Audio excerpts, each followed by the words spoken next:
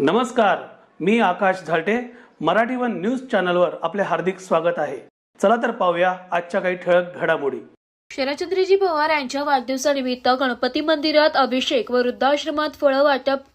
राष्ट्रवादी काँग्रेस पक्षाचे राष्ट्रीय अध्यक्ष लोककल्याणकारी लोकनेते शरदचंद्रजी पवार यांच्या वाढदिवसानिमित्त टिटवाळ्यातील गणपती मंदिरात त्यांना दीर्घायुष्य मिळावे म्हणून राष्ट्रवादी काँग्रेसच्या पदाधिकाऱ्यांनी अभिषेक करून खडवली येथील मातोश्री रुद्राश्रमात फळ वाटप केले.